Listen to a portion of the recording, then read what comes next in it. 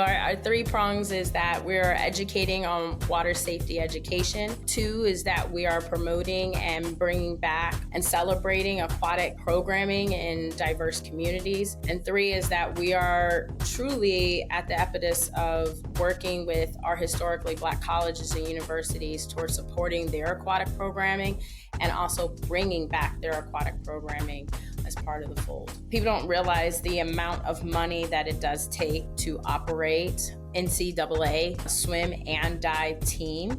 Swimming is one of the sports that is dubbed a non-revenue generating sport. So we have to really understand where swimming and diving sit in many of our aquatic sports. Not only non-revenue generating being a factor why the HBCUs would no longer continue those programs, it's also a systemic items that contribute to it as well. I can't fault them. I understand that pools are expensive, but it goes back well beyond HBCUs. This goes back to slavery. When we came to the colonies, we knew how to swim. Black people were taught that we don't swim because they wanted us to be slaves. We would rather swim to death than to actually stay in the colonies. It's been so ingrained in our culture that we still say at barbecues and functions, we don't get near that water. Come on, me and Ma said, don't get near that water. Like we still have that in our culture.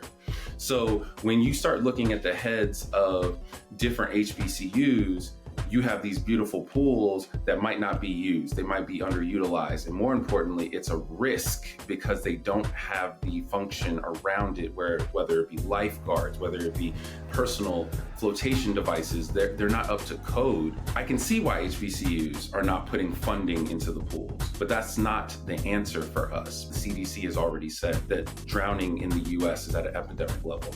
And we, as people of color, but more importantly, Black people, we're drowning at a higher rate. So we need to be going to our highest institutions, which is our HBCUs, and not closing pools to build other facilities or making pools resorts for people to use for pool parties. We need to be actively enriching our culture with understanding that swimming is not just a great sport, which it is, don't get me wrong. It's a life skill. I'm less than a month in my position at Coppin, and I was hired to bring in a vision for what's going to be a revolution in aquatics here at the university. So revitalizing the swim program is going to really require targeted investments in infrastructure, and that's one of the things that Coppin has really stood behind. There's a state-of-the-art 8-lane facility pool there, recruitment in partnership with organizations such as Diversity in Aquatics, as well as the American Red Cross, USA Swimming, and similar organizations that support swimming and water safety is going to help us to focus on the expanding access to aquatics in those underrepresented communities. The more that we can recruit, the more that we can build awareness, the more that we can train our student athletes and students as well about swimming and what it means to be a swimmer at any level, the better off it'll be, because then you create a pipeline of student athletes who then eventually become coaches, and that world expands. But with a limited pool to choose from, that's where the challenge is. So my focus is expanding awareness around aquatics across the campus and then immediately the community that surrounds the campus.